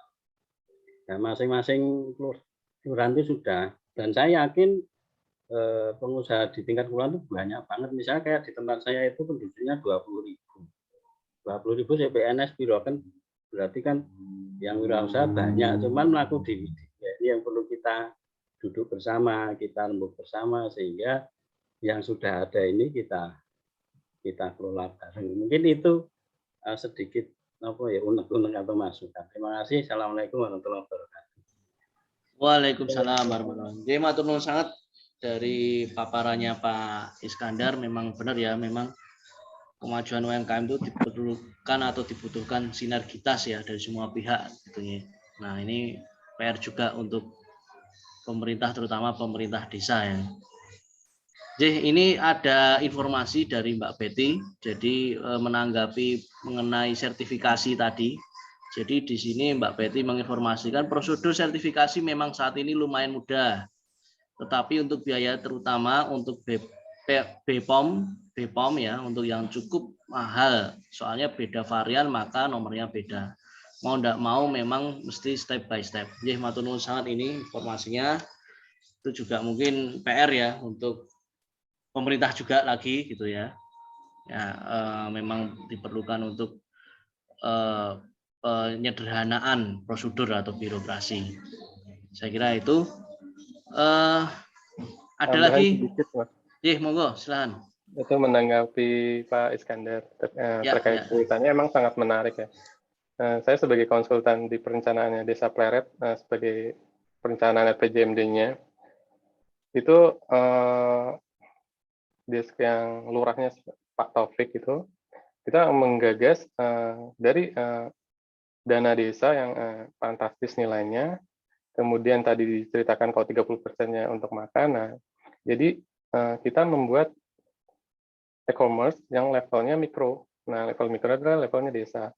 Nah, desa ini adalah lurahan memberikan kebijakan bahwa dana desa itu ketika membeli produk-produk itu harus melalui e-commerce mikro ini. Siapa pengelola e-commerce mikro? Ini adalah BUMDes. Nah, BUMDes ini yang mengelola. Kemudian dari sekian miliar dana desa itu ketika beli ATK, beli makanan, bisnis itu harus ke e-commerce, ke situ gitu. Nah, kemudian masyarakat di desa tersebut diarahkan untuk memajang produk-produknya di platform digital itu. Nah, sekarang masih tahap pengembangan dan perencanaan, arahnya akan ke sana. Seperti itu, Pak Iskandar. Oke, nah ini salah satu teman kita sesama narasumber waktu pelatihan Desapreneur nih, Mas Taufik ini, bapak-bapak kalau dulu ingat, jadi sudah menjadi lurah Kelurahan Pleret sudah berapa bulan ya. Nah, baru berjalan bekerja berapa bulan aja sudah bisa merealisasikan program yang luar biasa ini ya. Nah, ini mungkin bisa ini Pak Dudi, kita bisa berkomunikasi, tukar pengalaman, mungkin hampir sedikit mirip ya dengan konsepnya Kaspak untuk menyiapkan toko desa bersama tadi atau e-commerce skalanya tapi skala desa gitu ya. Nah, ini nanti bisa kita saling bertukar pikiran. Nah, matur nuwun tadi informasinya dari karena memang kan Mas Ilham ini adalah teman kuliah Mas Taufik ini. Jadi sekaligus teman kuliah sekaligus tim sukses. Nah, jadi timbal baliknya adalah diamanahkan untuk menjadi perencana dalam hal digitalisasi. Oke, matur nuwun. Ada lagi yang mau disampaikan? Ini sedikit informasi, jadi saya diwanti-wanti oleh penyelenggara ini, terutama pembawa acara dan IO-nya ini, untuk paling lama ini harus disudahi pukul 9:30 malam ini. Ya, jadi ini masih ada waktu kurang lebih 6 menit. Monggo silahkan. Ada yang mau disampaikan lagi mungkin? Sepertinya Pak Irianto mau menyampaikan. Oh, Sinta, Mbak Sari, monggo. Ya, Mas Ilham, ini terkait sertifikasi ya. Kan memang kalau untuk produk makanan memang krusial ya, minimal PIRT gitu ya, BPOM atau halal. Nah, kalau misalnya kita belum ada sertifikasi, ini non sewu sebagai contoh ya, memang ada yang merasa mudah, tapi di lapangan ini juga banyak juga yang merasa kesulitan gitu ya. Kesulitannya itu banyak hal. Ini sebagai contoh ya, saya sendiri pernah mengalami kesulitan untuk yang terbaru itu hanya karena PIRT ya, karena posisi di Bantul, kemudian KTP saya di Sleman, kemudian itu awalnya Sleman gitu ya, NIB. Nah, ternyata di Bantul itu satu atap gitu perizinannya.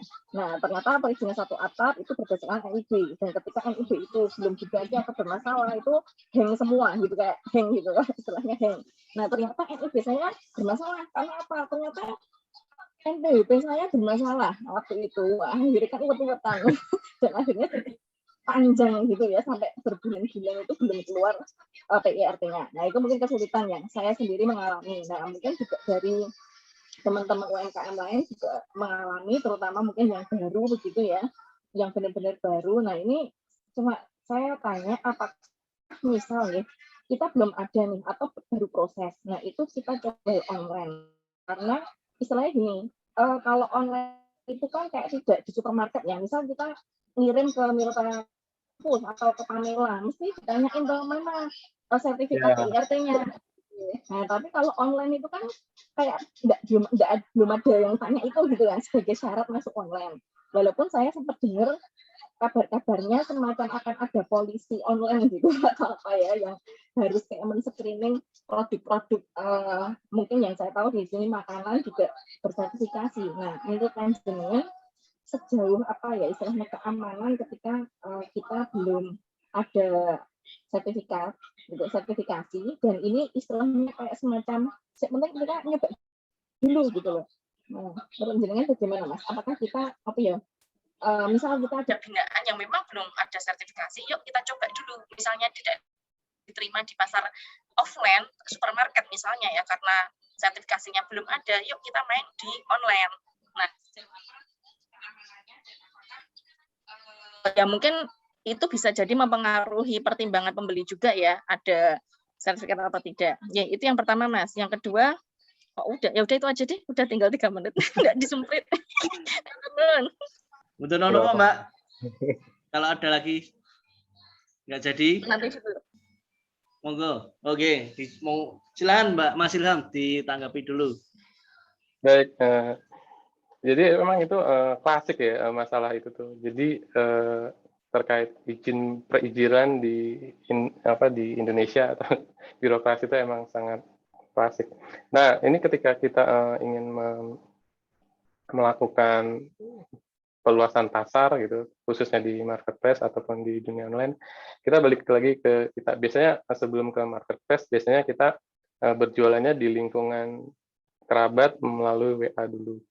Nah, itu trust-nya di situ yang akan muncul. Nah, kemudian ketika ini makanan, Bapak Ibu juga pastinya sudah melihat di sekeliling kita terkait produk yang emang belum ada izinnya. Kayak food frozen, kemudian karena kita kembali lagi ke lingkup kita, karena kita skalanya mikro, itu produksinya pun dari segi proses produksinya itu sederhana. Pertama itu dulu. Jadi sederhana. Ketika itu sederhana, kemudian kita bisa membuat produksi, kita lanjut ke tahap berikutnya, gimana kemasan itu bisa dijual di marketplace dengan waktu yang cukup panjang. Karena ini saya fokusnya ke makanan, jadi kita rubah dulu, bisa nggak ini makanan, seenggaknya ketika produk itu sampai ke customer, itu tidak expire, tidak dari kualitas itu tidak turun. Itu dulu. Nah, selanjutnya baru sambil berjalan syarat-syarat pendukungnya dilakukan gitu. Terus seberapa penting itu di dua sisi yang berbeda ya. Jadi dibilang penting itu sangat penting gitu. Ketika kita menjual produk itu, karena kita juga ada kepentingan lain yaitu harus menjual produk itu. Jadi sangat penting. Jadi itu beriringan. Jadi ketika kita masuk ke sana, terus ada polisi yang katanya ada polisi akan menyemprit itu, jangan khawatir. Ketika kita yakin produk kita bagus, kita coba jual melalui online gitu, secara sosial media maupun marketplace. Karena itu juga akan melihat kepercayaan diri kita ketika kita menjual produk kita. Oke, matur nuwun Mas Ilham. Jadi mungkin kalau menurut pendapat Mas Ilham tadi memang paling efektif ketika sambil menunggu mengurus persyaratan tadi ya. Itu mungkin yang bisa menjadi agen pemasaran itu adalah kerabat terdekat justru ya.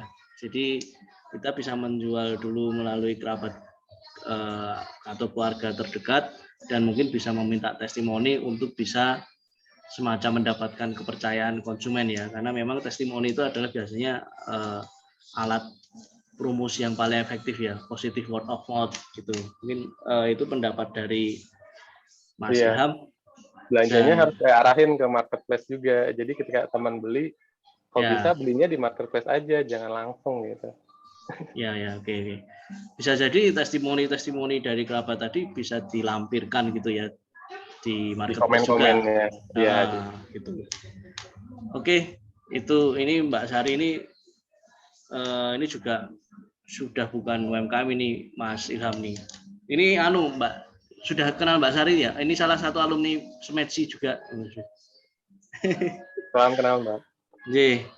Ya, saya nanti nyoba aplikasinya lah. Kemarin kayaknya saya Oh, Iya, J, siap. diimplementasikan di Aplikasi satu- Apik ya?